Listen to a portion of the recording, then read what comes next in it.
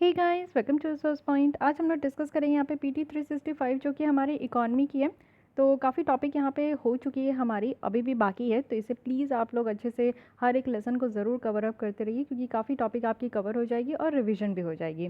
तो चलिए स्टार्ट करते हैं। One of the most important scheme इस साल की है जो कि प्रोडक्शन लिंक्ड इंसेंटिव्स है। जितना ज़्यादा प्रोडक्शन किया जाएगा हमारे यहाँ, जितना ज़्यादा मैन्युफैक्चरिंग होगी, उसके ऊपर सरकार के द्वारा इंसेंटिवाइज किया जाएगा, यानी कि पैसे के फॉर्म में फिनेंशियल एड दी जाएगी, एक रिवॉर्ड के फॉर्म में दिया जाएगा, जिससे कि हमारी मैन्युफैक्चरिंग सेक्टर्स और ज़्यादा बूस्ट हो सके। तो रिसेंटली सरकार के द्वारा अनाउंस किया गया कि 10 सेक्टर को और ऐड कर रहे हैं वो प्रोडक्शन लिंक्ड इंसेंटिव स्कीम में। तो काफ़ी इंपॉर्टेंट ये प्रोडक्शन लिंक्ड जो इंसेंटिव्स हैं, ये इसमें आप देखो कि रिबेट दिया जाता है प्रोड्यूसर को, यानी कि आप ज़्यादा काम करोगे तो आपको उसके बदले में और ज़्यादा जो है एक होता है ना कि हाँ, आपको प्रेज़ किया जाएगा। अगर आपने ऑफ़िस में ओवरटाइम किया है तो फिर आपको उसके लिए एक्स्ट्रा मनी दी जाएगी, तो वो अच्छा लगता है, लोग और इनकरेज होकर ये सारे काम करते हैं। तो ये रिबेट जो है वो कैलकुलेट किया जाएगा कि सर्टेन परसेंटेज, यानी कि प्रोड्यूसर की जो सेल हुई है उसकी कुछ सर्टेन परसेंटेज यहाँ पे इस तरीके से इस रिबेट को यहाँ पे दिया जाएगा। फॉर एग्जांपल आप देख लीजिए कि पीएलआई जो स्कीम है वो अगर इलेक्ट्रॉनिक सेक्टर्स में है, तो यहाँ पर रिबेट जो दिया जाएगा वो 4 to 6% दिया जाएगा, जितना भी इंक्रीमेंटल सेल हुआ है, यानी कि जितना भी यहाँ पे प्रोड्यूसर का सेल हुआ है तो उसमें 4 to 6% इंक्रीमेंटल यहाँ पे आपका इंसेंटिवाइज दिया जाएगा।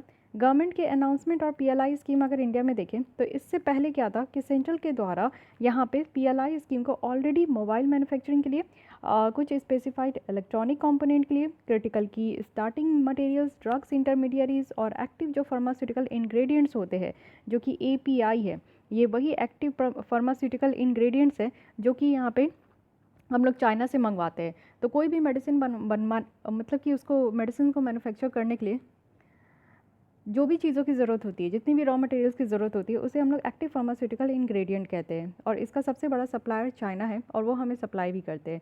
इंडिया को आप देखते हो कि ड्रग्स मेडिसिन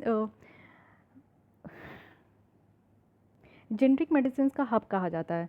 हाँ, ये बात सही है कि हम लोग जेनरिक मेडिसिन के हब तो है ही, लेकिन एक्टिव फार्मास्यूटिकल इंग्रेडिएंट्स इसके बिना नहीं है, क्योंकि ये हम लोग 80% से ज़्यादा किसके पास से इंपोर्ट कराते हैं, तो ये चाइना के पास है। लेकिन अब जैसे कि फ़र्स्ट लॉकडाउन हुआ था तो उसी में समझ में आ गई थी, क्योंकि ट्रांसपोर्टेशन ठप हो गई थी, तो जब तक हमारे पास रॉ मटेरियल नहीं होंगे तब तक हम लोग फाइनल प्रोडक्ट भी नहीं बना सकते। तब ये चीज़ें निकल कर आई कि अब हमें आत्मनिर्भर होना है, और यहाँ पे जो पीएलआई स्कीम है उसमें इस चीज़ को भी जोड़ा गया। इट मीन्स कि एक्टिव फार्मास्यूटिकल इंग्रेडिएंट्स को भी जोड़ा गया, कुछ मेडिकल डिवाइसेस को मैन्युफैक्चर करने के लिए भी इसको भी काउंट किया गया। अगर हम लोग इस अनाउंसमेंट के अंदर देखें तो गवर्नमेंट के द्वारा इस स्कीम को 10 मोर सेक्टर्स में और ज़्यादा बढ़ाया गया है, और यहाँ पे टोटल वर्थ कितना है, तो 2 लाख करोड़, वो भी 5 ईयर्स तक यहाँ पे दिया जाएगा। तो ये एडिशनल सेक्टर कौन कौन से हैं, तो 10 सेक्टर आप लोग देख लीजिए। सबसे पहला है कि यहाँ पे बैटरी, जो कि यहाँ पे एडवांस केमिस्ट्री सेल बैटरी है। सेकेंड वन इज़ इलेक्ट्रॉनिक और technological product, and third is automobiles and auto component. Fourth है फार्मास्यूटिकल ड्रग्स। फिफ्थ है यहाँ पे telecom and networking products. Fifth है टेक्सटाइल प्रोडक्ट। सिक्स्थ है फूड प्रोडक्ट। सेवन्थ है यहाँ पे high efficiency solar PV module. And seventh यहाँ पे आप देखो कि वाइट गुड्स है। एट यहाँ पे स्पेशलिटी स्टील है। तो लगता है मैं ही काउंट में कहीं गलती कर दी थी, ये टोटल 10 है। ओके, तो ये 10 यहाँ पे दिया गया, और फाइनल प्रपोजल जो है वो इंडिविजुअल सेक्टर में भी रखा गया, और ये चीज़ें अप्रेस्ड की जाएगी एक्सपेंडिचर फाइनेंस कमेटी के द्वारा, और फिर ये कमेटी अगर अप्रूव करेगी तो और भी यहाँ पे इंडिविजुअल को भी इस चीज़ के लिए यहाँ पे आपका प्रेज़ किया जाएगा। अगर कोई भी सेविंग्स है, अगर कोई भी फ्रॉम वन पीएलआई स्कीम से अगर हम लोग देखें जो भी अप्रूव्ड सेक्टर है, तो इसको यूटिलाइज़ किया जाएगा to fund that of another approved sector, यानी कि एक सेक्टर्स में अगर इसको यूटिलाइज़ किया जाएगा तो वो दूसरे सेक्टर्स के लिए भी यहाँ पे अप्रूव करने के लिए रखा जाएगा। कोई भी न्यू सेक्टर जो पीएलआई में आएगा तो उसको फ्रेश अप्रूवल लेने की ज़रूरत है, यानी कि कोई भी अगर सेक्टर्स इंक्लूड होना चाहते हैं या फिर उनको इंक्लूड किया जाएगा, तो सबसे पहले ये जो कमेटी है एक्सपेंडिचर फाइनेंस कमेटी, तो ये कमेटी पहले अप्रूव कर देगी, तभी उस सेक्टर को यहाँ पे पीएलआई स्कीम के साथ जोड़ा जाएगा। इस स्कीम में आप देखो कि ये आउटपुट आउटकम बेस्ड है, ठीक है, तो आउटपुट बेस्ड भी आप लोग कह सकते हो, क्योंकि जितना मैन्युफैक्चर होगा और जितना सेल होगा, ठीक है, प्रोड्यूसर जितना प्रोड्यूस कर पा रहे हैं और उसको सेल कर पा रहे हैं, तभी उसके ऊपर यहाँ पे जो है इंसेंटिव्स दिया जाएगा। इसका मतलब है कि इंसेंटिव्स जो है वो तभी डिस्पर्स हो पाएगा प्रोडक्शन के बाद। साथ ही अगर कैलकुलेशन देखें इंसेंटिव्स का, तो ये इंक्रीमेंटल प्रोडक्शन के ऊपर बेस्ड है, जितना हाई रेट ऑफ ग्रोथ होगा। साथ ही ये स्कीम जो है मेनली फोकस करते हैं साइज़ और स्केल में, यानी कि वो जो सेक्टर है उसकी क्या साइज़ है और क्या स्केल है, उसके बेसिस पे ये स्कीम जो है फोकस किया जाएगा। साथ ही सिलेक्शन अगर हम लोग देखें कि किसी भी सेक्टर को अगर सिलेक्शन करना है तो इसमें क्या क्या चीज़ें हैं। सबसे पहला है कि कटिंग एज टेक्नोलॉजी है। सेक्टर्स जो कि इंटीग्रेशन यहाँ पे किया गया है ग्लोबल वैल्यू चेन के साथ, जॉब क्रिएटिंग सेक्टर्स है, ऐसे सेक्टर्स है जिससे कि जॉब ज़्यादा से ज़्यादा क्रिएट हो पा रहा है, या फिर सेक्टर्स जो कि यहाँ पे रूरल इकोनॉमी से लिंक्ड है। ये सारे हाईली कैलिब्रेटेड है, ये सारे हाईली लिस्टेड है यहाँ पे, जिनको कि अप्रूव किया जाएगा और जिनको कि यहाँ पे सेलेक्ट किया जाएगा। साथ ही जो डिज़ाइन है पहले के PLI स्कीम्स का जो कि इलेक्ट्रॉनिक्स का है, वो इस तरीके से है कि इसको वर्ल्ड ट्रेड ऑर्गेनाइजेशन कमिटमेंट के साथ जो है कंपैटिबल किया जाएगा, और यस WTO के कमिटमेंट के साथ जो है वो कंपैटिबल होना चाहिए। तो इससे पहले वाले ये सारे थे PLI स्कीम में जो भी थे, उनको WTO की जो भी नॉर्म्स है उसको मानना होगा, तो उसके अकॉर्डिंग यहाँ पे करना होगा, तभी उस सारे सेक्टर्स को यहाँ पे इंक्लूड किया जाता है। But now the thing has change, कुछ यहाँ पे लिटिल बिट आपका चेंज है, जो कि आप देख सकते हो कि मेनली साइज़ और स्केल पे फोकस किया जाएगा। सिलेक्शन क्राइटेरिया भी रखा गया है कि अगर ये सारी चीज़ें अगर यहाँ पे पूर्ति होती है तो फिर यहाँ पे जो है आपका इसको भी PLI स्कीम के अंदर रखा जाएगा। फाइन, तो ये सारी बातें हैं जो कि प्रोडक्शन लिंक्ड इंसेंटिव्स, ठीक है, तो ये सारी बातें हैं, इसको ध्यान रखिएगा। एंड द मोस्ट इंपॉर्टेंट कि ये 10 सेक्टर है, इसको तो ज़रूर याद रखिएगा कि किस किस सेक्टर्स में PLI स्कीम यहाँ पे प्रोवाइड किया जा रहा है, क्योंकि क्वेश्चंस किसी भी तरीके से बन सकते हैं। Next coming to one of the most important MSME sector, जो कि UPSC का फेवरेट है। तो यहाँ पे देखिए जो MSME है, micro small and medium enterprises है इंडिया में, उनको यहाँ पे कंपोजिट क्राइटेरिया के बेसिस पे क्लासीफाई किया गया, जो कि किसके ऊपर बेस्ड है, तो प्लांट और जो मशीनरी इक्विपमेंट है उसके इन्वेस्टमेंट के ऊपर। तो चलिए ठीक है, पहले देखते हैं कि यहाँ पे जो क्लासिफिकेशन है माइक्रो स्मॉल और मीडियम का, वो किस बेसिस पे किया जाता है। तो मैन्युफैक्चरिंग इंटरप्राइजेस और जो इंटरप्राइजेस है इंटरप्राइजेस रेंडरिंग सर्विस, उसके बेसिस पे किया जाता है।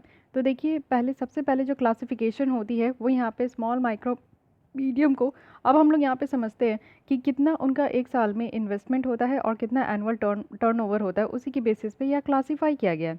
इन्वेस्टमेंट अगर 1 करोड़ से कम है और एनुअल टर्नओवर अगर 5 करोड़ से कम है, तो ऐसे इंडस्ट्रीज़ को हम लोग माइक्रो कहते हैं, ऐसे सेक्टर्स को। नेक्स्ट यहाँ पे इन्वेस्टमेंट अगर 10 करोड़ से कम है और एनुअल टर्नओवर अगर 50 करोड़ से कम है, तो इसे स्मॉल सेक्टर कहते हैं। और अगर इन्वेस्टमेंट 50 करोड़ से कम है एंड एनुअल टर्नओवर 250 करोड़ से कम है, तो इसे हम लोग मीडियम कहते हैं। फाइन, तो इस तरीके से ये जो क्राइटेरिया है इसको आपको ध्यान में रखना होगा। अब आते हैं आगे, सिग्निफिकेंस देखते हैं कि क्यों हम लोग इतना ज़्यादा MSME सेक्टर पे ध्यान देते हैं, हमारी सरकार भी बहुत ज़्यादा ध्यान देती है। जस्ट बिकॉज क्योंकि 55.8 मिलियन जो इंटरप्राइजेस है, इसमें आप देखो कि बहुत ह्यूज नंबर ऑफ पीपल हमारे इंगेज है, 124 मिलियन पीपल्स जो है वो इस सेक्टर में काम करते हैं। साथ ही 29% हमारे इंडिया का GDP में ये कंट्रीब्यूट करता है, और जितना भी प्रोडक्शन होता है हमारे यहाँ उसको जो हम लोग एक्सपोर्ट करते हैं, 45% तक जो एक्सपोर्ट है ना वो हमारे MSME सेक्टर्स का ही प्रोडक्शन का होता है। तो आप समझ सकते हैं कि कितना ज़्यादा इसकी इंपॉर्टेंस है। नेक्स्ट है कि काफ़ी अच्छा खासा रोल प्ले करता है इनकम ऑगमेंटेशन में, रूरल इंफ्रास्ट्रक्चर में, वुमेन एम्पावरमेंट में। इवन आप देखोगे कि MSME सेक्टर से जितने भी बिजनेस के लिए लोन लिया जाता है ना, वो विमेन के द्वारा काफ़ी ज़्यादा लोन लिया जाता है। तो इससे ये समझ में आता है कि विमेन भी बहुत बढ़ चढ़कर जो है इस सेक्टर्स में काम करती है, और तो एक विमेन एम्पावरमेंट का भी यहाँ पे आपको देखने को मिलेगा। साथ ही ट्रेडिशनल गुड्स की बहुत ज़्यादा प्रमोशन होती है, क्योंकि बेसिकली आप देखो कि बहुत सारे ऐसे यहाँ पे सेक्टर्स है, स्मॉल सेक्टर्स जो है उसमें हाथों से बनाए हुए चीज़ें भी यहाँ पे प्रोड्यूस की जाती है, और ट्रेडिशनल जो हमारा सामान है ना उसकी यहाँ पे आप देखो कि बहुत अच्छा खासा प्रमोशन हो जाता है। तो आप देख सकते हो कि कितना बड़ा ये इंपॉर्टेंस है, हर एक रोल ये बहुत अच्छे तरीके से प्ले करते हैं, इसलिए इस पर बहुत ज़्यादा ध्यान दिया जाता है। अब गवर्नमेंट की इंसेंटिव्स देखते हैं कि वो कैसे MSME सेक्टर को आत्मनिर्भर भारत पैकेज जो यहाँ पे लाया गया था उसके तहत वो कैसे सपोर्ट कर रहे हैं। तो यहाँ पे emergency credit line guarantee scheme लाई गई थी। एक्चुअली इस स्कीम के अंदर क्या है कि 100% गारंटी कवरेज कहा गया था, कि जो यहाँ पे national credit guarantee trustee company limited है, तो उसके द्वारा जो है 100% गारंटी कवरेज जो है यहाँ पे रखा गया था। किस लिए, तो कोलेट्रल फ्री ऑटोमेटिक लोन जो कि 3 लाख करोड़ तक यहाँ पे दिया जाएगा MSME सेक्टर्स जो भी यहाँ पे एलिजिबल होंगे। तो यहाँ पे आप देख सकते हो कि 100% गारंटी है कि अगर और वो भी कोलेट्रल फ्री है, कोई भी तरीके का कोलेट्रल देने का ज़रूरत नहीं है। लोन लेना है तो लोन आप ले सकते हो, और यहाँ पर आपका 3 लाख करोड़ तक का लोन दिया जाएगा, और वो भी कितना, तो एकदम 100% गारंटी है कि लोन दिया ही जाएगा। साथ ही जो भी इंटरेस्टेड जो मुद्रा बोरोवर्स है, मुद्रा स्कीम भी था जिसमें आपको शिशु, तरुण और 3 भाग में उसको डिवाइड किया गया ना, जिसमें आप जो है करोड़ तक, 10 करोड़ तक शायद लोन ले सकते हो। तो उनके जो भी बोरोवर्स अगर वो भी इंटरेस्टेड है तो उनको भी guaranteed emergency credit line facility provide की जाएगी, यानी कि एकदम गारंटी है कि आपको यहाँ पे क्रेडिट मिलेगा ही, इमरजेंसी फॉर्म में आपको ज़रूर दिया जाएगा। तो ये जो गारंटेड इमरजेंसी क्रेडिट लोन है, ये एक तरीके का लोन होता है जिसमें कि 100% गारंटी के साथ यहाँ पे किसके द्वारा प्रोवाइड किया जाता है, तो एक national credit guarantee trustee company होती है जो कि यहाँ पे लोन प्रोवाइड करती है। वो भी मेंबर जो लेंडिंग इंस्टीट्यूशन है MLI, उनको भी यहाँ पे दिया जाता है। ठीक है, फंड ऑफ फंड है जो कि क्रिएट किया गया सेकंड है, और जिसमें टोटल वर्थ कितना है, तो 50,000 करोड़ तक रखा गया MSME सेक्टर में, जिसमें कि जितने भी पोटेंशियल MSME सेक्टर है, अगर वो अपने बिजनेस को और बढ़ाना चाहते हैं, एक्सपेंड करना चाहते हैं, तो वो यहाँ पे फंड ऑफ फंड से भी उनको फंड मिल सकता है। साथ ही क्रेडिट गारंटी स्कीम है सब ऑर्डिनेट डेट के लिए, तो गारंटीड है 20,000 करोड़ से भी ऊपर अगर यहाँ पे गारंटी आपका दिया जा रहा है, जो कि प्रमोटर्स को प्रोवाइड किया जाएगा। जो भी यहाँ पे बैंक वगैरह से अगर उनका कर्ज वर्ज रखा गया है और फर्दर वो इन्वेस्ट कर रहे हैं, यानी कि ज़्यादा मुनाफा नहीं हो रहा है, पहले से ही वो डेट है उनका, बैंकों से लोन लेकर रखे और उनका कर्ज है, लेकिन फिर भी वो जो है जितनी भी स्ट्रेस आज के डेट में आप देख रहे हो कि MSME सेक्टर बहुत ज़्यादा हिट हुए हैं इस लॉकडाउन की वजह से, तो उनका जो यहाँ पे बिजनेस हिट हुआ है फिर भी उनको मुनाफा नहीं हो रहा है और फिर भी वो इन्वेस्ट कर रहे हैं, तो उसी के फॉर्म में यहाँ पे कहा गया है कि गारंटी है कि उनको 20,000 करोड़ से ऊपर तक का भी यहाँ पे उनको जो डेट है उसको यहाँ पे रिजॉल्व किया जाएगा। ठीक है, प्रोवाइड किया जाएगा जो भी प्रमोटर्स हैं। साथ ही ये ऑपरेट किसके द्वारा किया जा रहा है, तो credit guarantee fund trust for micro and small enterprises के द्वारा। तो ये है क्या, एक्चुअली ये ना गारंटी करती है कि 90% जो सब ऑर्डिनेट डेट है ना उसको यहाँ पे बैंकों के द्वारा दिया जाता है, और विथ रिमेनिंग जो 10% है उसको यहाँ पे कोलैटरल जितना भी बोरोवर्स के द्वारा रखा गया है उससे वो कवर कर लेते हैं। इट मीन्स कि जो भी उनका कर्ज वगैरह है ना, वो 90% जो भी बैंकों के द्वारा जितना भी कर्ज है, तो उनका बेसिक प्रिंसिपल अमाउंट जो है ना वो किसी तरीके से कोशिश करते हैं कि उसको रिकवर करा दे, और 10% जो भी कोलैटरल दिया जाता है, जब भी आप लोन देते हो तो कुछ लोन लेते हो तो कुछ ना कुछ कोलैटरल के फॉर्म में आप रखते हो, तो कुछ भी आप रख रहे हो तो उसी के बेसिस पे 10% का जो जितना पैसा होगा वो उससे रिकवर कर लेंगे। तो ये इनका क्राइटेरिया है, तो इसको ध्यान रखिएगा कि ये कैसे यहाँ पे रिकवर करने की बात की जा रही है, जितनी भी सब ऑर्डिनेट डेट है उसको कितना यहाँ पे जो है कैसे कवर करेंगे। तो 20,000 करोड़ तक का यहाँ पे कवर करने की बात की गई है, तो अच्छी बात है। साथ ही ग्लोबल टेंडर्स भी यहाँ पे ग्लोबल टेंडर्स है जो कि डिसअलाउ किया गया है गवर्नमेंट टेंडर्स को।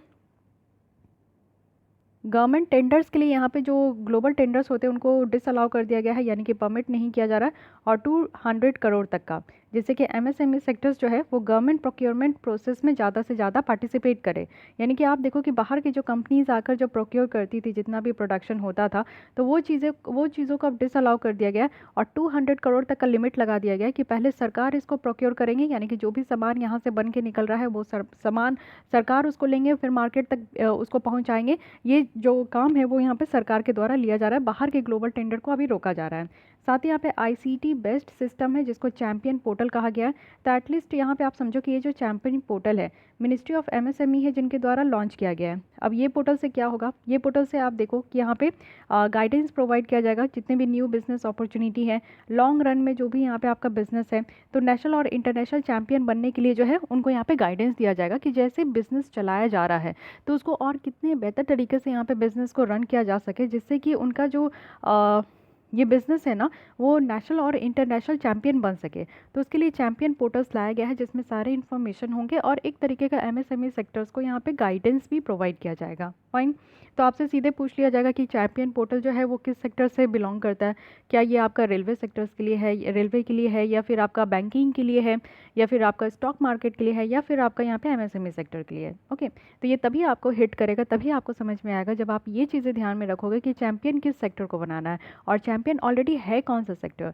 तो आज की डेट में आप देखते हो MSME ही है जिसमें एम्प्लॉयमेंट भी इतना ज़्यादा जनरेट हो रहा है, GDP में भी इतना ज़्यादा कंट्रीब्यूट कर रहे हैं, हमारे यहाँ एक्सपोर्ट भी सबसे ज़्यादा यहीं से हो रहा है, मैन्युफैक्चरिंग भी इतना ज़्यादा यहीं से हो रहा है, लोग भी इंगेज इसी में सबसे ज़्यादा है, और लोन भी यहीं पे दिया जा रहा है, 100% लोन की भी यहाँ पे गारंटी दी जा रही है। तो इतना ज़्यादा जो यहाँ पे काम किया जा रहा है, तो ऑब्वियस है कि ये हमारे देश की कुछ चैंपियन ही है, तो इसको नेशनल और इंटरनेशनल चैंपियन भी बनाना है। तो इसलिए इस तरीके से कुछ भी अपने हिसाब से आप लोग को स्टोरी फॉर्म करके उसको बनाना होगा, तभी आप याद रख पाओगे। अदरवाइज एग्जाम हॉल में इतना प्रेशर होता है ना कि आप ये सिल्ली मिस्टेक करने बिल्कुल कर सकते हो। ये एकदम से चांसेस होता है कि इस तरीके की चीज़ें ना सबसे पहले दिमाग से निकलती है कि ये वर्ड किससे रिलेटेड था। कुछ भी अगर आपको याद होगा अपना स्टोरी फॉर्म कर कर अगर ये सारे वर्ड्स को, क्योंकि आज के डेट में आप देखते हो बहुत सारी वर्ड्स हैं, और जैसे हम लोग विजन है इसके टेस्ट सीरीज भी सॉल्व करते हैं तो डायरेक्ट पूछ लिया जाता है रैंसम वेयर, तो ये किस चीज़ से रिलेटेड है। तो अगर आपको हल्का सा भी याद होगा ना, मीनिंग भी याद होगी कि रैंसम मीन्स फिरौती होती है, वेयर मीन्स मैलिशियस सॉफ्टवेयर होते हैं, तो कुछ भी आपको याद होगा, कुछ भी अपना खुद का स्टोरी बनाए होंगे तो वो एग्ज़ाम में बहुत हेल्प करता है। ठीक है, तो इस तरीके से स्टोरी बनाइए, उसको टाइम टू टाइम रिवाइज करते रहिए, तब आप लोग का ये सिंपल क्वेश्चन जिससे आप आसानी से 2 नंबर पा सकते हो वो आप लोग को वहाँ हेल्प करेगा। साथ ही ये फुल्ली इंटीग्रेट किया गया है, जो पहले से भी यहाँ पे centralised public grievance redress and monitoring system था, इसी के साथ इसको जोड़ा गया। और एमएसएमई मिनिस्ट्री जो है अपने खुद का वेब बेस्ड मैकेनिज्म भी यहाँ पे लेकर आए। तो एक्चुअली इसके बारे में भी कुछ समझ लीजिए, देख लेते हैं।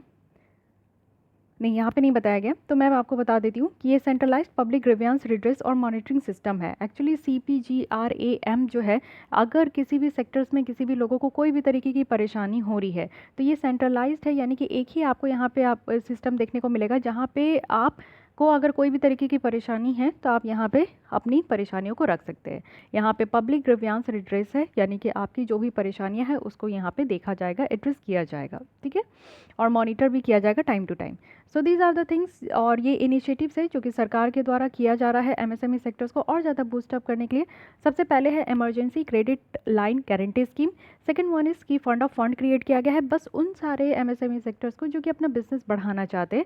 थर्ड है कि क्रेडिट गारंटी स्कीम है, वो भी सब ऑर्डिनेट डेट के लिए। जो भी यहाँ पे एमएसएमई सेक्टर्स है अगर वो बहुत ज़्यादा कर्जे में चले गए हैं तो उनके कर्जे को रिकवर करने के लिए भी यहाँ पे स्कीम लाया गया है।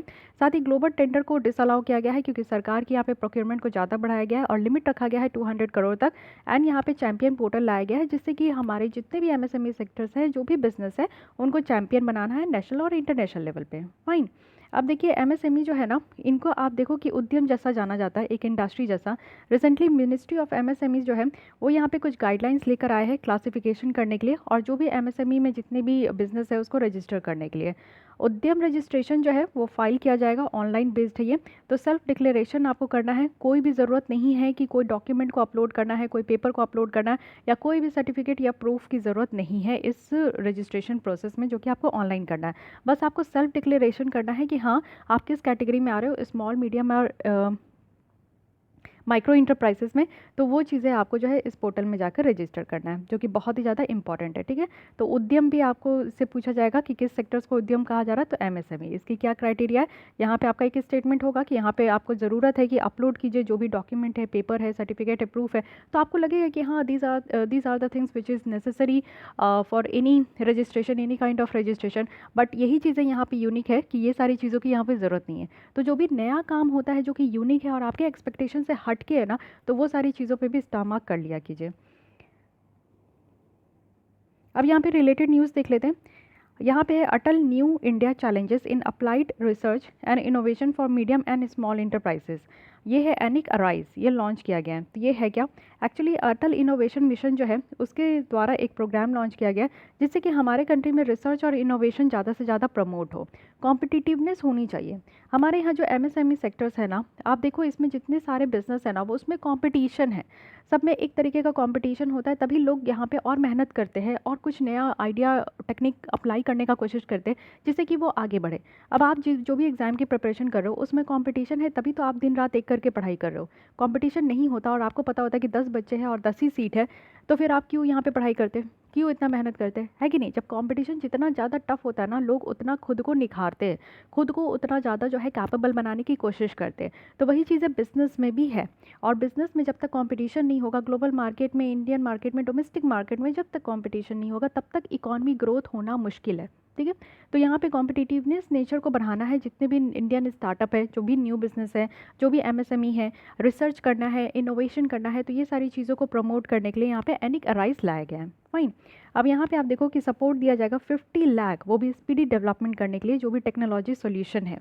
साथ ही यहाँ पे जो है इंडियन स्पेस रिसर्च ऑर्गेनाइजेशन, अब देखिए ये बहुत ही इंपॉर्टेंट है कि यहाँ पे आप देखो कि ये ड्राइव किसके द्वारा किया जाएगा, तो इसरो के द्वारा। और साथ ही साथ 4 मिनिस्टर्स है, जैसे डिफेंस मिनिस्टर है, फूड प्रोसेसिंग मिनिस्टर्स है, health and family welfare minister है, और हाउसिंग एंड अर्बन मिनिस्टर्स है, और कुछ यहाँ पे एसोसिएटेड इंडस्ट्रीज़ भी है जो कि मिलकर यहाँ पे एनिक अराइज को यहाँ पे लेकर आए हैं। तो एनिक अराइज जिसमें इसरो भी काम कर रहे हैं, तो आपको पता है कि इसरो हमारी स्पेस एजेंसी है इंडिया की, और इनके द्वारा बहुत ही ज़्यादा काम किया जा रहा है। पहली काम तो ये कर रहे हैं कि जितने भी हमारे यूथ है जिसके अंदर ये इंटरेस्ट नहीं होता है कि वो आगे चल के साइंटिस्ट बने, या फिर जिन बच्चों के अंदर ये इंटरेस्ट होता है कि साइंटिस्ट बनना है लेकिन बनना कैसे हैं ये नहीं उनको पता होता है। तो अब इसरो इस फील्ड में काम कर रहे हैं कि जो भी स्कूल के स्टूडेंट हैं 8 to 10 क्लास के, उनके अंदर जो इंटरेस्ट है साइंटिस्ट बनने का और जो बनना चाहते हैं उनके लिए एक करियर, बेटर करियर ऑप्शन उनको दिखा रहे हैं। सेकंड है कि हमारे यहाँ जो भी रिसर्च इनोवेशन की चीज़ें हैं उसमें वो बहुत बढ़ चढ़ के हिस्सा ले रहे हैं। उनको ऐसा लगता है कि हमारे कंट्री में रिसर्च एंड डेवलपमेंट की बहुत कमी है, जितना होना चाहिए उससे भी ज़्यादा कमी है, विच इज़ ट्रू। लेकिन ये भी आगे निकल कर आ रहे हैं और बहुत हद तक हमारे कंट्री में रिसर्च एंड इनोवेशन आपको देखने को मिलेगा कि आगे बढ़ के निकल के आ रहे हैं। उसके बाद है भारत क्राफ्ट पोर्टल। तो ये एक ई कॉमर्स प्लेटफॉर्म पोर्टल है जो कि मिनिस्ट्री ऑफ एमएसएमई के द्वारा लाया गया है। लास्ट ईयर ही आप देखो कि प्रोडक्ट के मार्केटिंग में और मैन्युफैक्चर्ड जो भी यहाँ पे किया जा रहा है, प्रोडक्ट मैन्युफैक्चर जो भी किया जा रहा है एमएसएमई के द्वारा, तो उनके लिए ये पोर्टल लाया गया है। साथ ही अभी आप देखो अभी तक ये स्टार्ट नहीं हुआ है पोर्टल, क्योंकि यहाँ पे बिजनेस प्लान की कमी है, अनअवेबिलिटी है, टेक्नोलॉजी पार्टनर का, फंड की शॉर्टेज है। लेकिन ये पोर्टल आपका क्रिएट कर दिया गया है but it's not working right now. Okay, तो इस तरीके से याद रखना है कि एमएसएमई सेक्टर्स में क्या क्या न्यू होते जा रहा है, आप एक साइड उसको नोट डाउन करते भी जाओ। नेक्स्ट आते हैं यहाँ पे टेक्सटाइल इंडस्ट्री इनिशिएटिव के बारे में देखते हैं। तो फर्स्ट आर्टिकल यहाँ पे देखते हैं जो कि है टेक्निकल टेक्सटाइल। तो टेक्निकल टेक्सटाइल के बारे में देखते हैं क्या बातें की जा रही है। एक्चुअली मिनिस्ट्री ऑफ टेक्सटाइल के द्वारा यहाँ पे आप देखो कि प्रपोजल दिया गया है कि हमारे यहाँ एक्सपोर्ट प्रमोशन काउंसिल जो कि टेक्निकल टेक्सटाइल के लिए सेटअप किया जाएगा। तो अब इसका एम क्या है, क्यों यहाँ पे सेटअप किया जा रहा है टेक्निकल टेक्सटाइल के लिए? तो एक्चुअली हमारी जितनी भी टेक्सटाइल है ना, टेक्निकल टेक्सटाइल, उसकी इंटरनेशनल ट्रेड को प्रमोट करना है। और आज के डेट में आप देखो कि जो एक्सपोर्टर है टेक्निकल टेक्सटाइल के, वो यहाँ पे ईपीसी के थ्रू यहाँ पे जा रहे हैं दूसरे प्रोडक्ट के लिए। तो ये ईपीसी वही है कि यहाँ पे काउंसिल है, एक्सपोर्ट प्रमोशन काउंसिल, तो दूसरे प्रोडक्ट के लिए वो इसके थ्रू होकर जा रहे हैं। ये डेडिकेटेड बनाया गया है ईपीसी, जो ये कमीशन है, कमिटी है, ये टेक्निकल टेक्सटाइल के लिए बनाया गया। और ये वन ऑफ द कंपोनेंट है जो कि ऑलरेडी लास्ट इस साल जो है नेशनल टेक्निकल टेक्सटाइल मिशन एक लॉन्च किया गया था। तो इस मिशन के अंदर ये काउंसिल बनाया गया है। अब यहाँ पे अगर हम लोग बात करें इस मिशन के बारे में, नेशनल टेक्निकल टेक्सटाइल मिशन, तो ये जो लॉन्च किया गया था इसलिए लॉन्च किया गया है ना कि टेक्निकल टेक्सटाइल में हमारे कंट्री को ग्लोबल लीडर बनाना है। और इसका एम यही है कि एवरेज ग्रोथ रेट रखना है 15 to 20%, जिससे कि हमारे यहाँ का जो डोमेस्टिक मार्केट साइज़ है ना टेक्निकल टेक्सटाइल का, वो इंक्रीज़ हो सके। और 2024 तक हमारा ये टारगेट है कि $40 बिलियन, 40 to 50 बिलियन डॉलर तक का हमारा ये मार्केट साइज़ हो, जो कि बहुत बड़ा है आज के डेट में, आप देख सकते हो। तो हमारा ये एवरेज ग्रोथ भी बढ़ाना है, साथ ही हम लोग को ग्लोबल लीडर जैसा बनना है। तो इसलिए एक मिशन लाया गया है जिसमें कि यहाँ पे काम किया जाएगा पूरे प्रॉपर तरीके से।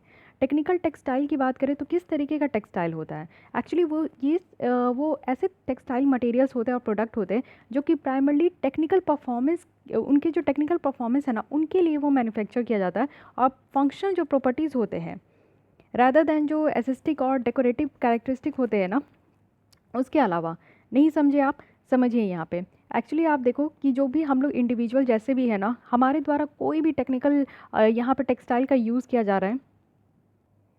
देखिए यहाँ पे समझने की कोशिश कीजिए कि ये टेक्निकल टेक्सटाइल्स होते क्या हैं।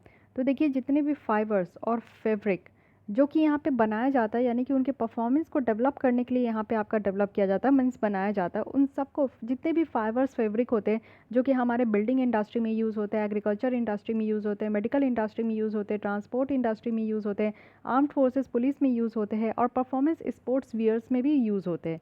जितने भी सिंथेटिक फाइबर होते हैं ना, वो सब यहाँ पे आपका टेक्सटाइल के अंदर इंक्लूड होता है। और आप देखो कि टेक्निकल टेक्सटाइल जो है ना वो हम लोग के चारों तरफ है, हर एक चीज़ जो बना हुआ है उसमें कहीं ना कहीं फ़ाइबर की ज़रूरत होती है। और इस तरीके का जो सिंथेटिक फ़ाइबर है वो आप देखो 60 टाइम्स ज़्यादा फाइनर होता है हमारे ह्यूमन हेयर से, यानी कि इतने पतले पतले ये जो मीन्स रेशेदार आप कह सकते हो कि हमारे बाल से भी एक जो हेयर है ना इससे भी ज़्यादा वो फाइन होते हैं। तो इसको हम लोग माइक्रो फाइबर कहते हैं, ठीक है, ये एक तरीके का ये सिंथेटिक फाइबर होता है। तो मेनली आप समझ सकते हो कि हर एक जगह इसका इस्तेमाल होता है। इट मीन्स कि हम लोग जो है ना टेक्निकल टेक्सटाइल से घिरे हुए हैं। तो जब हम लोग इतने ज़्यादा टेक्निकल टेक्सटाइल हर एक जगह यूज़ होता है तो क्यों ना हम लोग इसको इसकी जो ग्रोथ है उसके लिए हम लोग काम करें। तो बेसिकली ये समझ गए। अब आप यहाँ पे देखो कि टेक्निकल टेक्सटाइल जो है वो 12 मेजर सेगमेंट में है जो कि अभी हम लोग यहाँ पे देखने वाले।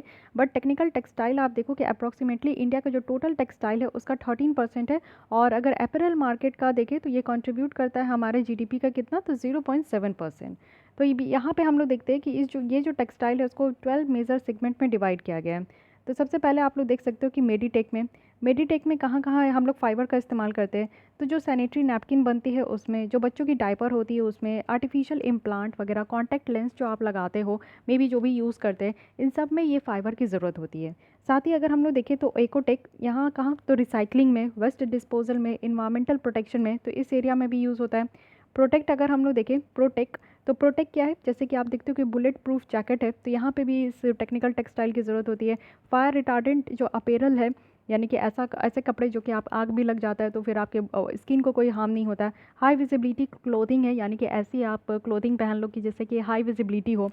साथ ही एग्रोटेक की बात करें तो एग्रीकल्चर एरिया में, जहाँ पे आप देखो कि फिशिंग नेट बनाने में इस्तेमाल होता है, हेल नेट्स को बनाने में, मल्च मैट्स को बनाने में, ये सारी जगह पे इसका इस्तेमाल होता है।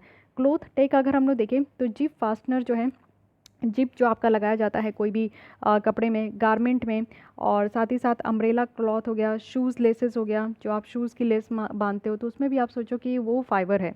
साथ ही साथ होम टेक अगर हम लोग देखें तो ये जो मैट्रेस वगैरह आप यूज़ करते हो, पिलो यूज़ करते हो, साथ ही स्टफ्ड टॉयज़ है और कारपेट वगैरह है, इन सब में ये टेक्निकल टेक्सटाइल की यूज़ होती है। तो इतने देर में आप समझ गए होंगे, जब हम लोग 6 आइटम को यहाँ पे डिस्कस किए हैं, 6 कैटेगरी को, तो इसमें से आप समझ सकते हो कि कितनी चीज़ें अभी आपके जहाँ पे भी आप बैठे हो उसके चारों ओर आपको देखने को मिल रहा है या फिर आपके घर में ही प्रेजेंट है। साथ ही मोबीटेक आप देखो तो air bag, helmet, tyre cords और एयरलाइन डिस्पोजेबल्स, तो ये सारी चीज़ें भी हैं। पॉक टेक की बात करें, पैक टेक की, तो यहाँ पे क्या है कि पॉलीलेनिन है, रैपिंग फैब्रिक्स है, विमेन सैक्स है, लेनो बैग्स है, जूट सैक्स है, तो ये सारी चीज़ भी हमारे घर पे। स्पोर्ट्स टेक की बात करें तो कोई ना कोई आपका स्पोर्ट्स का कुछ ना कुछ होगा, स्विम वेयर आप देखते हो, टेंट्स वगैरह देखते हो, जो छोटे छोटे टेंट्स बना के रखते हैं, तो वो सब उसमें भी इसका इस्तेमाल होता है। और बुलेट टेक की बात करें तो यहाँ पे कॉटन कैनवस है, फ्लोर है, वॉल कवरिंग है, ठीक है। जियो टेक की बात करें तो ये जियो ग्रिड्स है। साथ ही अगर इंडू टेक की बात करें तो यहाँ पे कन्वेयर बेल्ट्स है, व्हीकल सीट बेल्ट्स है, बोल्टिंग क्लोथ है, तो ये सब इतने सारे चीज़ें हैं जो कि आप देख सकते हो कि एन नंबर्स ऑफ चीज़ों में जो है टेक्निकल टेक्सटाइल का इस्तेमाल होता है।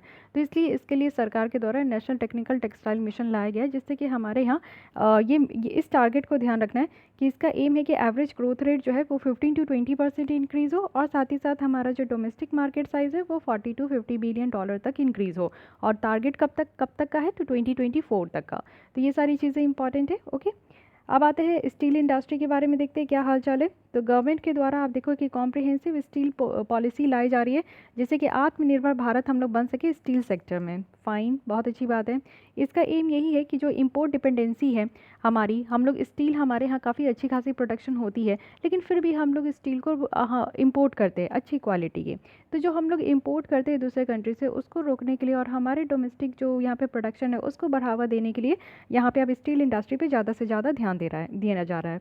अब आप समझो कि हम लोग जो है सेकंड लार्जेस्ट स्टील प्रोड्यूसर है और कंज्यूमर है पूरे वर्ल्ड में। तो फिर हम लोग को क्या ज़रूरत है, हम लोग थोड़ी सी हेल्प खुद की मदद कर लेंगे, और थोड़ा सा हम लोग यहाँ पे अगर हम लोग मेहनत भी कर लेंगे तो ज़रूर है कि हम लोग को इम्पोर्ट कराने की ज़रूरत नहीं है। इतने पुअर तो है नहीं, हम लोग सेकंड लार्जेस्ट प्रोड्यूसर और कंज्यूमर है कि नहीं। अगर आप स्टील सेक्टर का बात करो तो 2.3% जो है वो हमारे जीडीपी में कंट्रीब्यूट करता है, तो अच्छा खासा इसकी कंट्रीब्यूशन भी है। जीडीपी कहने का मतलब है कि gross domestic product, it means कि वन फाइनेंशियल ईयर में एक टेरिटरी के with in total production of goods and services की कितनी हो रही है, तो उसे सम अप करके हम लोग जीडीपी कहते हैं। बहुत सारी सजेशन यहाँ पे लाया गया है, यानी कि आप देखो कि कैसे हम लोग जो है इंपोर्ट डिपेंडेंसी को कट करके आत्मनिर्भर बन सकते हैं स्टील प्रोडक्शन में। तो इसके लिए क्या क्या सजेशन है, सबसे पहले है कि गवर्नमेंट के द्वारा यहाँ पे जो बॉर्डर एडजस्टमेंट टैक्स है, जिसे बैट कहते हैं इंपोर्ट करने के लिए, उसको एग्जामिन किया जाएगा। एक्चुअली ये जो बैट है ना, एक तरीके का ड्यूटी है, जो कि कोई भी अगर इंपोर्टेड गुड्स आप देखो आ रहा है दूसरे कंट्री से, तो उस पर इम्पोज किया जाता है। कस्टम लिवाई के एडिशन में ये बैट भी लगाया जाता है, जो कि ये चार्ज किया जाता है कोई भी पोर्ट ऑफ एंट्री में, कोई भी बंदरगाह में अगर कोई भी शिप पहुंच रहे तो उस समय बैट लगाया जाता है, बॉर्डर एडजस्टमेंट टैक्स। और ये तो कस्टम ड्यूटी लगता ही है, उसके अलावा भी ये लगाया जाता है। इससे क्या होता है ना कि एक लेवल प्लेइंग फील्ड लाने के लिए, क्योंकि आप देखो कि ऐसा ना हो कि बाहर से जो हम लोग सामान ला रहे हैं, जो स्टील ला रहे हैं, वो हमारे यहाँ का जो स्टील प्रोडक्शन है उससे सस्ता हो। तो एक लेवल प्लेइंग फील्ड होनी चाहिए कि हमारे कंट्री की जो यहाँ पे प्रोडक्शन है वो यहाँ पे महंगी ना हो जाए, और बाहर से जो हम लोग स्टील ला रहे हैं वो सस्ती ना हो जाए। इसलिए यहाँ पे इतने टैक्स लगाकर जो है ना रेट को यहाँ पे बराबर किया जाता है। साथ ही अगर WTO के रूल्स के अकॉर्डिंग देखें तो यहाँ पे अलाउ किया गया है कि कुछ सर्टेन टाइप्स ऑफ जो इंटरनल टैक्स लगाए जाते हैं बॉर्डर में, तो उसको एडजस्ट करना। जैसे कि आप देखो कि टैक्स जो कि यहाँ पे इक्वली अप्लाई किया जाता है इंपोर्ट में, या फिर आप देखो जैसे डोमेस्टिक प्रोडक्ट है तो उसमें भी यहाँ पे टैक्स लगाया जाता है। साथ ही आप देखो कि टैक्स जो है वो प्रोडक्ट के द्वारा जो निकल कर आता है, ना कि ये डायरेक्ट हो। साथ ही टैक्स जो है वो यहाँ पे सब्सिडाइज्ड एक्सपोर्ट में ना हो। आप देखते हो बहुत सारी चीज़ें हम लोग जो एक्सपोर्ट करते हैं तो हमारी सरकार उसमें सब्सिडी देती है। सब्सिडी देने से उस सेक्टर्स को फ़ायदा होता है कि ज़्यादा से ज़्यादा जो टैक्स वगैरह लगते हैं तो उसमें थोड़ा सा रिलीफ मिल जाता है, इसलिए सब्सिडी भी दी जाती है, तो उसके ऊपर भी थिंक किया जाएगा। लेकिन फिर भी देखते हैं कि स्टील इंडस्ट्री के ऊपर हमारे सरकार के द्वारा क्या क्या इनिशिएटिव लाया गया। सबसे पहला है कि मिशन पूर्वोदय। तो ये मिशन जो है ये मिनिस्ट्री ऑफ स्टील के द्वारा ही लॉन्च किया गया था। इसमें जो है आप देखो कि कॉन्फेडरेशन CII है और जॉइंट प्लांट कमेटी है, जो कि इनके साथ पार्टनरशिप करके इस प्रोग्राम को लाया गया था। और एक इंटीग्रेटेड स्टील हब जो है कोलकाता वेस्ट बंगाल के थ्रू जो है ये बनाने की बात की गई है। एक्चुअली ये जो स्कीम है ये आप देखो उड़ीसा, झारखंड, छत्तीसगढ़, वेस्ट बंगाल और northern part of Andhra Pradesh में इस स्टील को यहाँ पे जो मिशन पूर्वोदय है वो इन सारे स्टेट में जो है आपका काम करेगा। इसका एम यही है कि एक स्विफ्ट कैपेसिटी एडिशन लाना है, यानी कि हमारी जो टोटल प्रोडक्शन है स्टील की उसको और बढ़ाना है। ओवरऑल जो कॉम्पिटिटिवनेस है स्टील प्रोड्यूसर के बीच में इन टर्म्स ऑफ कॉस्ट और क्वालिटी दोनों के बीच में जो है कंपटीशन को बढ़ाना है। हमारे यहाँ की जो स्टील प्रोडक्शन होती है, कोल प्रोडक्शन होती है, उसकी क्वालिटी उस हिसाब से नहीं होती है, इसलिए हम लोग को बाहर के कंट्री से मंगाना पड़ता है। लेकिन ठीक है, अगर नहीं होती है तो हमें उस हिसाब की जो क्वालिटी है उसको बढ़ाना होगा, तो वैसा काम करना है हमें, तो इसके हिसाब से यहाँ पे बताई जा रही है। नेक्स्ट यहाँ पे DMI यानी SP पॉलिसी है, जो कि 2017 में लाया गया था, जिसमें हमारे यहाँ का जो स्टील इंडस्ट्री है उसको उसकी ग्रोथ और डेवलपमेंट के लिए ये काम किया जा रहा है। साथ ही आप देखो कि हम लोग जो लो कॉस्ट इम्पोर्टेड स्टील है, लो क्वालिटी लो कॉस्ट जो इम्पोर्टेड स्टील है उसके यूज़ को यहाँ पे कम करने के लिए लाया गया है।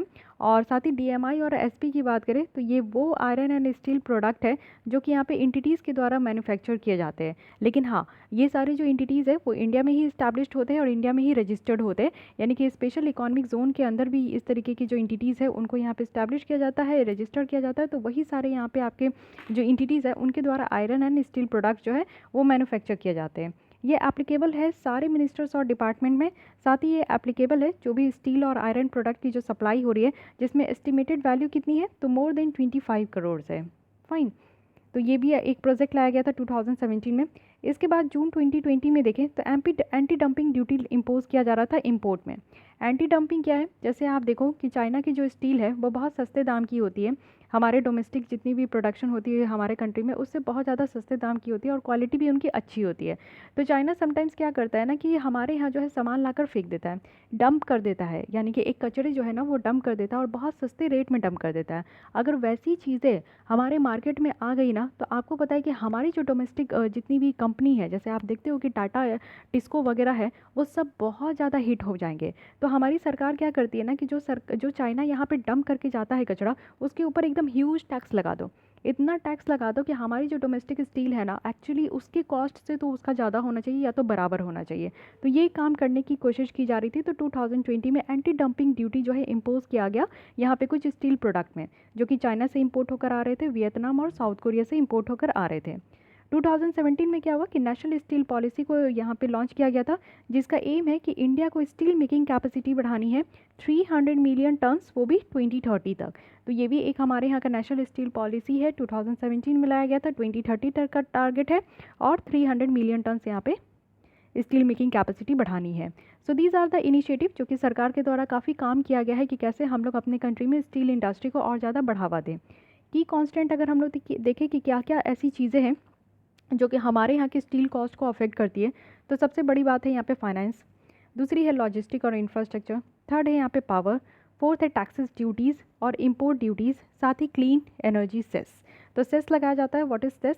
सेस होता है यहाँ पे कि स्पेशल पर्पस के लिए आपका टैक्स लगाया जाता है, बट अगर कोई बेसिक टैक्स आप दे रहे हो तो उसके ऊपर भी ये टैक्स लगता है, सेस जो है उसके ऊपर भी अप्लाई होता है। और सेस जो टैक्स है वो सिर्फ सेंट्रल गवर्नमेंट के द्वारा ही लिवाई किया जाता है और कलेक्ट किया जाता है, ठीक है, it can't be distributed between the state government. तो ये चीज़ें ध्यान रखनी है। नेक्स्ट ये देख लीजिए ट्रेंड कि हमारे यहाँ इंडिया का जो स्टील एक्सपोर्ट और इंपोर्ट है वो कैसे कैसे हो रहा है। काफ़ी बार ये पूछा जाता है कि लास्ट 5 ईयर में 4 ईयर में हमारी जो एक्सपोर्ट इंपोर्ट है स्टील में वो बढ़ते जा रही है कि घटते जा रही है। तो यहाँ पे आप देखो कि अगर हम लोग एक्सपोर्ट की बात करें तो 17 में 10% है, 18 में 11% है, 19 में 8% है और घट गया। यानी कि लगातार जो है हमारी स्टील की जो एक्सपोर्ट है वो 2017 से घटते जा रही है। ठीक है, ये 4 साल का है। एक्सपोर्ट आप देखो, सॉरी इंपोर्ट आप देखो कि बाहर से हम लोग जिस तरीके से मंगा रहे हैं, तो ये हमारा बढ़ तो रहा था, ठीक है, 17, 18, 19 में बढ़ तो रहा था, लेकिन 20 में ये भी घट गया। तो ये भी चीज़ें हैं, यानी कि लगातार हमारी इंपोर्ट नहीं बढ़ रही है, इंपोर्ट हमारी घट चुकी है, लेकिन इंपोर्ट आप लोग देखो कि बहुत ज़्यादा यहाँ पे घटा है, 8.8 से लेकर 2.5 में आ गया। इट मीन्स कि बहुत ज़्यादा हमारी इंपोर्ट घट गई है लॉकडाउन के कारण, ट्रांसपोर्टेशन ठप के कारण। तो इसलिए अब सोचा जा रहा है कि हम लोग इतना ज़्यादा घटा चुके हैं, तो क्यों ना अब हम लोग अपने ही कंट्री के स्टील पे ध्यान दें। ठीक है, तो देखो एक्सपोर्ट घटते जा रहा है, हमारी स्टील की क्वालिटी जो है दूसरे कंट्री को पसंद नहीं आती थी, तो इसलिए हम लोग जो है इसकी एक्सपोर्ट को कम करने लगे। और मेनली बात भी यही है कि हमारे यहाँ इसका पूरा खपत भी हो जाता है, हम लोग यूज़ भी कर लेते हैं, और इम्पोर्ट हमारी बढ़ रही थी, बट थैंक गॉड कि 2020 में ये चेंज जो है वो ब्रेक हो गया। फाइन, तो यहाँ पे है, अब देख लेते हैं कि इससे रिलेटेड न्यूज़ क्या क्या बताई जा रही है। तो मिनिस्ट्री ऑफ रेलवे जिनके द्वारा आयरन और पॉलिसी 2021 लाया गया, काफ़ी इंपॉर्टेंट है, ये एकदम न्यू है, जो कि यहाँ पे बता रहे हैं कि रेक्स और का एलोकेशन और ट्रांसपोर्टेशन जो कि आयरन ओर का, इसका एम भी यही है कि कंप्लीट रिक्वायरमेंट जो है ट्रांसपोर्टेशन ऑफ आयरन और कस्टमर्स का, उसको पूरा मीट करना है। हायर प्रायोरिटी यहाँ पे दिया जाएगा कि आयरन और ट्रैफिक के मूवमेंट को लेकर और डोमेस्टिक मैन्युफैक्चरिंग एक्टिविटी के लिए। साथ ही यहाँ पे जो है टोटल लॉजिस्टिक सपोर्ट भी प्रोवाइड किया जाएगा जितनी स्टील इंडस्ट्री है, जिससे कि जो यहाँ पे कॉम्पिटिटिव चैलेंजेस है डोमेस्टिक और पूरे ऑल ओवर द वर्ल्ड में, उसको मीट करने की कोशिश की जाएगी। इम्पिटस प्रोवाइड किया जाएगा जो कोर सेक्टर है हमारी इकॉनमी का, और कंट्री की इकॉनमिक ग्रोथ भी यहाँ पे हो पाएगी। आयरन ओर देखो सेकंड मोस्ट इंपॉर्टेंट स्ट्रीम है जो कि रेलवे में इस्तेमाल होता है अलॉन्ग विथ स्टील, मीन्स कोल के बाद इंडिया जो है वो 4th लार्जेस्ट आयरन और प्रोड्यूसिंग कंट्री है। तो ये भी ध्यान रखना है कि हम लोग किस नंबर पे आते हैं किसी भी चीज़ को प्रोड्यूस करने में और कंज्यूम करने में।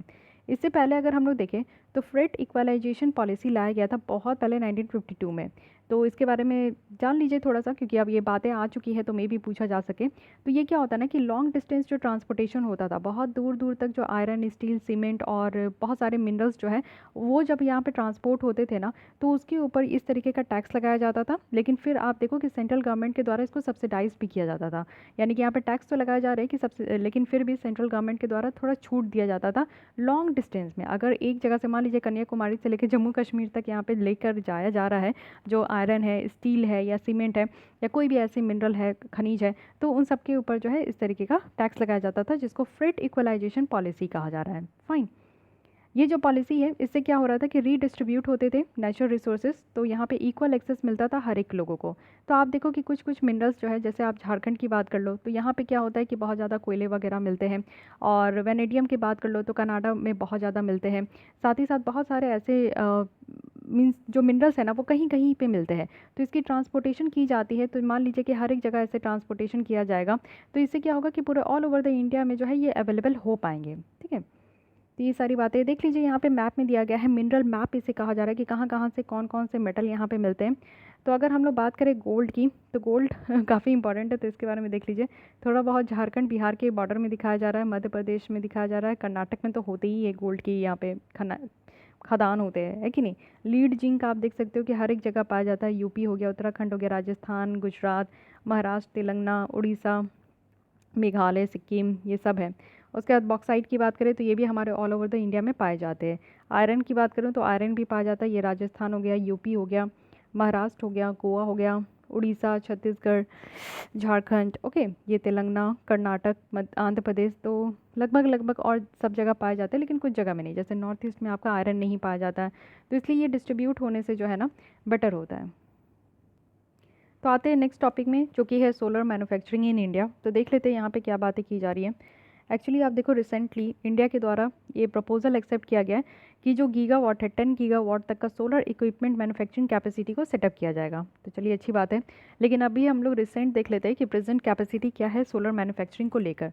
तो इंडिया की अगर रिन्यूएबल एनर्जी जनरेशन कैपेसिटी अगर देखें तो वो 4th लार्जेस्ट है पूरे वर्ल्ड में, यानी कि करेंटली 136 गीगावाट है, जिसमें से हम लोग कह सकते हैं कि टोटल हमारी कैपेसिटी कितनी हो गई, तो 36% हो गई। ठीक है, तो ये फास्टेस्ट स्पीड है, यानी कि सारी मेजर कंट्रीज़ में से देखो तो हम लोग आज के डेट में रिन्यूएबल एनर्जी पे बहुत ज़्यादा फोकस कर रहे हैं, तो इसलिए हम लोग जो है फास्टेस्ट स्पीड में इंक्लूड हो गए हैं।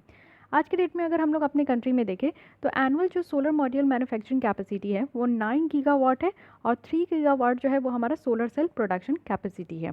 तो solar module manufacturing capacity 9 gigawatt है, सोलर सेल, ठीक है। तो सोलर सेल क्या होता है, एक बेसिक बिल्डिंग ब्लॉक है जिसके थ्रू हम लोग सोलर मॉड्यूल को बना पाते हैं। जितने भी पैनल आपको देखने को मिलता है वो सोलर सेल के ही बेसिस पे बनाते हैं। तो हमें क्या ज़रूरत है ना कि हम लोग अपनी सोलर मैन्युफैक्चरिंग कैपेसिटी को बढ़ाएं और ओवरकम करें जो भी चैलेंजेस आज के डेट में अपनी कैपेसिटी को बढ़ाने में देखने को मिल रहा है। थर्ड ग्लोबल रिन्यूएबल एनर्जी जो इन्वेस्टमेंट मीटिंग एंड एक्सपो था, ग्लोबल री इन्वेस्ट, इसकी इनॉग्रेशन से देखो तो हमारे जो प्राइम मिनिस्टर है मिस्टर मोदी जी, उनके द्वारा हाईलाइट किया गया है कि इंडिया का डिमांड है सोलर एनर्जी और सोलर एनर्जी का डिमांड है और हम लोग जो है अपने मार्केट अपॉर्चुनिटी को बढ़ाएंगे और हर एक साल $20 बिलियन तक को हम लोग इसको इंक्रीज़ करेंगे। ठीक है, अच्छी बात है, लेकिन ये ग्लोबल री इन्वेस्ट है क्या? तो ये रिन्यूएबल एनर्जी इन्वेस्टमेंट है, मीट एंड एक्सपो, जो कि ministry of new and renewable energy के द्वारा जो है इसको लाया गया है और यहाँ पे वर्ल्ड बैंक की कॉपरेशन है और अदर की भी कॉपरेशन है, ठीक है।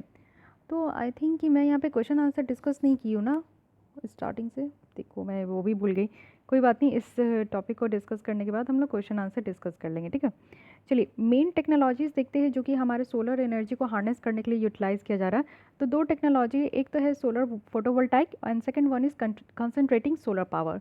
तो सोलर फोटोवोल्टाइक की अगर बात करें तो ये फोटोवोल्टाइक जो इफेक्ट है उसके ऊपर बेस्ड है, जिससे कि जो फोटोन है, जिसे हम लोग बेसिक यूनिट ऑफ लाइट कहते हैं, वो हमारे एक सरफेस को इम्पैक्ट करता है जो भी यहाँ पे स्पेशल मटेरियल से बना है और ये इलेक्ट्रॉन को रिलीज़ कर रहे हैं। तो ये होता है सोलर फोटोवोल्टाइक, यानी कि एक तरीके का फोटोवोल्टाइक इफेक्ट है जिससे कि फोटोन जो है किसी सरफेस को इम्पैक्ट करता है जो कि स्पेशल मटेरियल से बने होते हैं और उस स्पेशल मटेरियल से क्या रिलीज़ होता है, तो electron. Second one is concentrating solar power. तो यहाँ पे क्या है कि हम लोग सनलाइट को यूज़ करते हैं और फ्लूइड का हीट करते हैं। तो ये चीज़ें हैं, ये दो यहाँ पे मेथड है जो कि याद रख सकते हैं आप लोग। रिलेटेड न्यूज़ अगर हम लोग देखें तो स्पेशल इकोनॉमिक जोन बेस्ड जो सोलर मैन्युफैक्चरर्स है वो यहाँ पे बेसिक कस्टम ड्यूटीज़ को अपोज कर रहे हैं। सेंटर का क्या डिसीजन है कि हम लोग को बेसिक कस्टम ड्यूटी को यहाँ पे इम्प्लीमेंट करना चाहिए। जो भी सोलर इक्विपमेंट इंपोर्ट कर रहे हैं ना, यानी दूसरे कंट्री से ला रहे हैं, तो उसके ऊपर हम लोग बेसिक कस्टम ड्यूटी लगाएं और इससे क्या होगा कि अच्छा खासा कंजर्वेशन होगा हमारे large group of domestic solar gear manufacturers में। साथ ही जो सोलर इक्विपमेंट मेकर्स हैं उनको यहाँ पे पॉइंटेड आउट किया गया है कि लोकल सोलर फैक्ट्रीज जो कि हमारे स्पेशल इकोनॉमिक जोन में है तो उसको शट डाउन किया जाएगा अगर गवर्नमेंट यहाँ पे बेसिक कस्टम ड्यूटीज़ रिवाइज करेगी। तो जो भी सोलर सेल या फिर मॉड्यूल हम लोग इंपोर्ट कर रहे हैं, तो चलिए ठीक है, अगर यहाँ पे शट डाउन कर दिया जाएगा, अगर यहाँ पे गवर्नमेंट लगाएगी तो गवर्नमेंट भी यहाँ पे इस तरीके का टैक्स इसलिए लगाती है ना कि लेवल प्लेइंग फील्ड हो। इट मीन्स कि हमारे कंट्री को ज़्यादा नुकसान ना हो जो भी हम लोग इंपोर्ट कर रहे हैं उससे। साथ ही ये जो हमारा बेसिक ड्यूटी कस्टम ड्यूटी है ना, एक टाइप ऑफ ड्यूटी है या फिर टैक्स है जो कि कस्टम एक्ट 1962 के तहत ये अप्लाई किया जाता है। 750 मेगावाट रेवा सोलर प्रोजेक्ट है जो कि एशिया का single largest site solar power plant है। इसके बारे में तो आप लोगों ने देखा ही होगा कि ये रेवा अल्ट्रा मेगा सोलर लिमिटेड के द्वारा इसको डेवलप किया गया है और ये पहला सोलर प्रोजेक्ट है कंट्री में जो कि यहाँ पे ग्रिड पैरिटी बैरियर को यहाँ पे ब्रेक करेगा।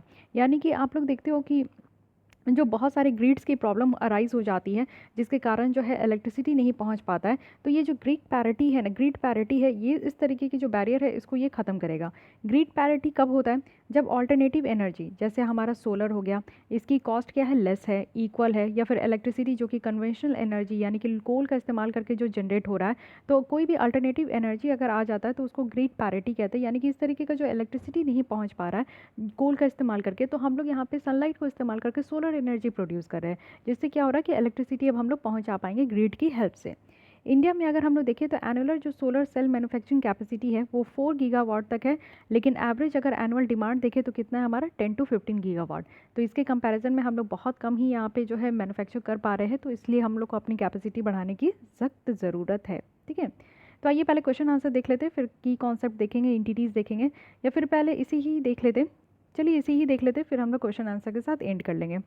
सॉफ्टवेयर प्रोडक्ट डेवलपमेंट फंड है, तो देखिए जो भी फंड है वो काफ़ी इंपॉर्टेंट होता है।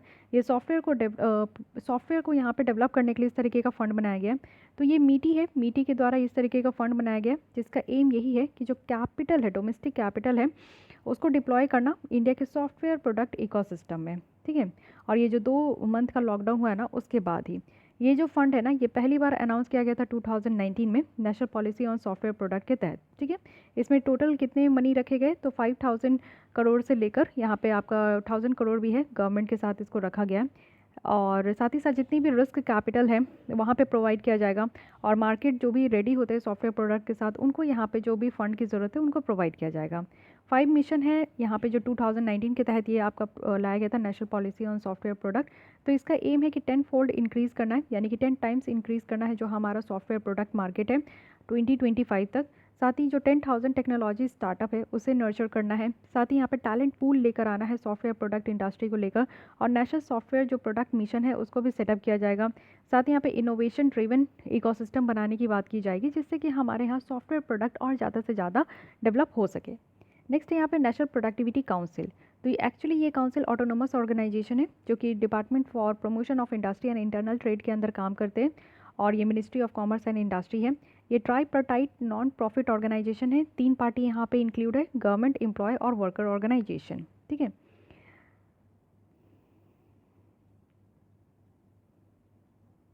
नेक्स्ट यहाँ पे अप्रैल एक्सपोर्ट प्रमोशन काउंसिल। तो ये ऑफिशियल बॉडी है हमारे अप्रैल एक्सपोर्ट का, और असिस्टेंस प्रोवाइड किया जाता है हमारे इंडियन एक्सपोर्टर को और साथ ही साथ इंपोर्टर को। ठीक है। इसका एम यही है कि हमारे यहाँ जो अप्रैल इंडियन अप्रैल इंडस्ट्री है उसको प्रमोट करना, सपोर्ट करना और फैसिलिटेट करना। साथ ही इसको स्पॉन्सर किया जाता है मिनिस्ट्री ऑफ टेक्सटाइल के द्वारा। ठीक है। एलएलपी के बारे में बात करते हैं, it is limited liability partnership. तो ये ऑल्टरनेटिव कॉर्पोरेट बिजनेस व्हीकल है जो कि एक बेनिफिट यहाँ पे देते हैं जितने भी लिमिटेड लायबिलिटी होती है कंपनी की। साथ ही यहाँ पे मेंबर्स को अलाउ किया जाता है कि उनको फ्लेक्सिबिलिटी है कि वो अपने खुद के इंटरनल मैनेजमेंट को ऑर्गेनाइज कर सकते हैं कोई भी म्यूचुअली अराइव्ड एग्रीमेंट को लेकर। ये एलएलपी जो है ना, ये हमारे यहाँ कानून है 2008 का लिमिटेड लायबिलिटी पार्टनरशिप एक्ट, उसी के तहत ये काम किया जाता है, सरकार के द्वारा गवर्न किया गया। ये अलग से लीगल एंटिटी है, कानूनी तौर पर इसको जो है पहचान मिली है, फुल्ली लायबल है अपने एसेट को लेकर। और बस इतनी बातें याद रखिए। इंडस्ट्री स्टेटस अगर देखें तो स्पोर्ट्स को दिया गया है। मिज़ोरम यहाँ पे फर्स्ट स्टेट बन गया है जो कि इंडस्ट्री स्टेटस दिया गया है स्पोर्ट्स को। तो यहाँ पे देखिए एक नॉर्थ ईस्ट की तरफ से ऐसा कुछ नया काम किया जा रहा है, फर्स्ट टाइम हमारे कंट्री में हो रही है, तो इस तरीके से काफ़ी इंपॉर्टेंट हो जाता है। तो स्पोर्ट्स को यहाँ पे इंडस्ट्री स्टेटस दिया गया है। इससे क्या होगा ना कि इन्वेस्टमेंट होगा, यानी कि इंडस्ट्री में जिस तरीके से इन्वेस्टमेंट होता है तो अब स्पोर्ट्स में भी इन्वेस्टमेंट होगा। और हमारे यहाँ आप देखते हो कि कितने अच्छे अच्छे प्लेयर्स होते हैं, तो अच्छे अच्छे प्लेयर्स को बाहर निकाल के आना है। वैसे ही हमारे यहाँ फिट इंडिया मूवमेंट भी चलाया जाता है, तो खेलो इंडिया मूवमेंट भी है, जिससे कि लोग जो खेलने में इंटरेस्ट रखते हैं, स्पोर्ट्स में इंटरेस्ट रखते हैं, उनको और ज़्यादा ग्रूम करना है, जिससे कि हमारे ज़्यादा से ज़्यादा पार्टिसिपेंट हो पाए ओलंपिक गेम्स में। ठीक है। तो इसलिए इस तरीके के प्रोग्राम चलाए जा रहे हैं। Next one is Aspire. Aspire की फुल फॉर्म क्या है ये आपको पता होना चाहिए। This is automotive solution portal for industry research and education. Actually ये जो आपका डेवलप किया गया है ये international centre of automotive technology के द्वारा किया गया। ये एक ऑटोमोटिव टेस्टिंग है जो कि सर्टिफिकेशन या research and development service provider है, और ये आपको नेट्रिप के अंदर देखने को मिलेगा। इट मीन्स कि national automotive testing and research and development infrastructure project के तहत ये इनिशिएटिव आप देखो हेवी इंडस्ट्री के अंदर से, ये डिपार्टमेंट इस डिपार्टमेंट के अंदर है हेवी इंडस्ट्री, और ministry of heavy industry and public enterprises की तरफ से। साथ ही ये जो पोर्टल है यहाँ पे क्या होगा कि इंडियन जो ऑटोमोटिव इंडस्ट्री है उसको और ज़्यादा फैसिलिटेट किया जाएगा, और सेल्फ रिलाइन की बात की जा रही है, यानी कि हम लोग अपने कंट्री में इनोवेशन करेंगे, ग्लोबल जो टेक्नोलॉजी एडवांसमेंट है उसको अडॉप्ट करेंगे, और हम लोग जो है इसमें सेल्फ रिलायंट बनने की कोशिश करेंगे। फाइन। तो ओके, यहाँ पे हमारी इंडस्ट्री सेक्टर ख़त्म हो गई है। नेक्स्ट हम लोग स्टार्ट करेंगे infrastructure sector, which is again very important. और अब ये मैगजीन आपका कंप्लीट ही हो जाएगा। यहाँ पे आप लोग देख सकते हो कितने पेज नंबर तक हम लोग पहुँचे, 79। ओके, तो 20 पेजेस और है। मुझे लगता है कि 3 लेक्चर और आएंगे इसमें, और ये आपका मैगजीन कंप्लीट हो जाएगा। ठीक है। तो इसी तरीके से आप लोग पूरी मैगजीन्स को अच्छे से पढ़िए। और हाँ, चलिए क्वेश्चन आंसर देख लेते हैं। तो लास्ट लेसन में मैं क्वेश्चन पूछी थी, ये 2020 के इकॉनमी में क्वेश्चन पूछा गया, what is the importance of term interest coverage ratio.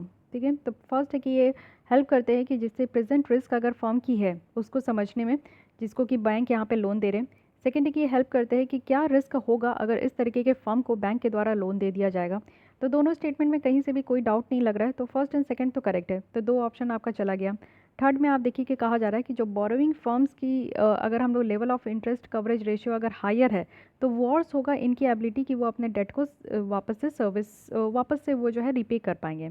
तो देखिए जितना ज़्यादा यहाँ पे जो है बोरोइंग किया जाएगा इंटरेस्ट कवरेज रेशियो, यानी कि यहाँ पे देखा जाता है कि अगर किसी भी फर्म को अगर दिया जा रहा है लोन, तो वो कितना वापस जो है ना पैसा दे पाएंगे, उस फर्म की क्या कंडीशन है, कितनी उनकी एनुअल टर्नओवर है, जिसके बेसिस पे बैंक अंदाज़ा लगा लेते हैं कि कितना रिस्क है, नहीं रिस्क है। तो इस चीज़ को देखा जाता है कि कितना इससे इंटरेस्ट जो है वो कवर होगा, क्या रेशियो के साथ यहाँ पे कवर होगा।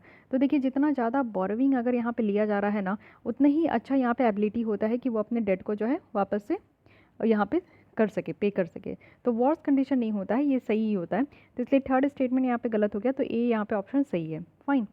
आज के लिए आपके पास क्वेश्चन है with reference to the Indian economy, ये भी 2020 की प्रीलिम्स है।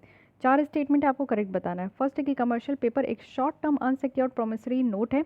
सेकंड है कि सर्टिफिकेट ऑफ डिपॉजिट ये लॉन्ग टर्म इंस्ट्रूमेंट है जो कि आरबीआई के द्वारा इशू किया जाता है। थर्ड है कि कॉल मनी ये शॉर्ट टर्म फाइनेंस है जो कि इंटर बैंक ट्रांजेक्शन के लिए यूज़ किया जाता है।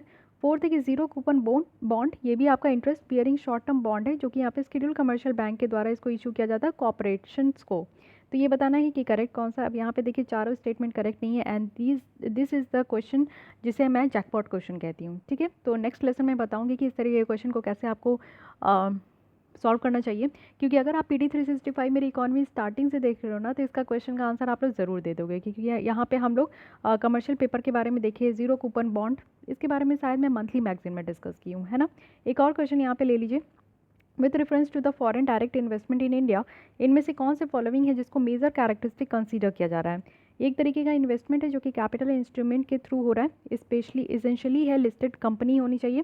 सेकंड है कि ये largely non debt creating capital flow है। थर्ड है कि ये इन्वेस्टमेंट है जो जिसमें कि आपका डेट सर्विसिंग इन्वॉल्व है। एंड फोर्थ वन इज़ कि ये आपका इन्वेस्टमेंट है जो कि फॉरेन इंस्टीट्यूशनल FII के द्वारा इन्वेस्ट किया जाता है, वो भी गवर्नमेंट सिक्योरिटीज़ में। तो इसके बारे में कमेंट करना। फर्स्ट और सेकंड क्वेश्चन का आंसर आप लोगों को कमेंट बॉक्स में देना है। नेक्स्ट जब PD 365 की इकॉनमी की लेसन होगी तो फिर आपका ये मैं यहाँ पे डिस्कस करूँगी। सो गाइज आज के लिए बस इतनी ही रखते हैं। नेक्स्ट हम लोग यहाँ पे इंफ्रास्ट्रक्चर सेक्टर स्टार्ट करेंगे। अगर आपको ये लेसन अच्छा लग रहा है तो लाइक कीजिए। और हाँ, विजन आइज की टेस्ट सीरीज चल रही है। फर्स्ट फुल लेंथ टेस्ट जो है विजन आइज की वो कंप्लीट हो गई है। टोटल यहाँ पे 5 प्रोवाइड किया जा रहा है। 15 जो यहाँ पे सेक्शनल टेस्ट थे विजिट के वो कंप्लीट हो गए। फर्स्ट यहाँ पे फुल लेंथ टेस्ट कंप्लीट हो गया। अब नेक्स्ट आपको सेकंड फुल लेंथ जो टेस्ट है वो मिलने वाला है। तो अगर आप लोग इस तरीके के टेस्ट ज्वाइन करना चाहते हो विजन आइज की, तो आप लोग जो डिस्क्रिप्शन बॉक्स में ईमेल ID है rishikacs77@gmail.com, उसमें आप लोग मेल कीजिए तो आपको प्रोसीजर बताया जाएगा और आपकी जो भी क्वेरीज डाउट होगी वो वहीं पे सॉल्व हो जाएगी। ओके, तो मिलते हैं हम लोग कल इसी टाइम पे। तो आज के लिए बस इतना ही। आप लोग अपना ख्याल रखिए, अपने परिवार का ख्याल रखिए, सेफ रहने का कोशिश कीजिए, पूरी तरीके से प्रिकॉशन लीजिए, कहीं से भी लापरवाही नहीं करनी है, ठीक है, क्योंकि केसेस बहुत ज़्यादा बढ़ते जा रहे हैं। आप लोग अपने पढ़ाई पर ध्यान दीजिए और अपना ख्याल रखिए, अपने फैमिली का ख्याल रखिए। फाइन, मिलते हैं कल हम लोग फिर इसी टाइम पे। तब तक के लिए थैंक यू।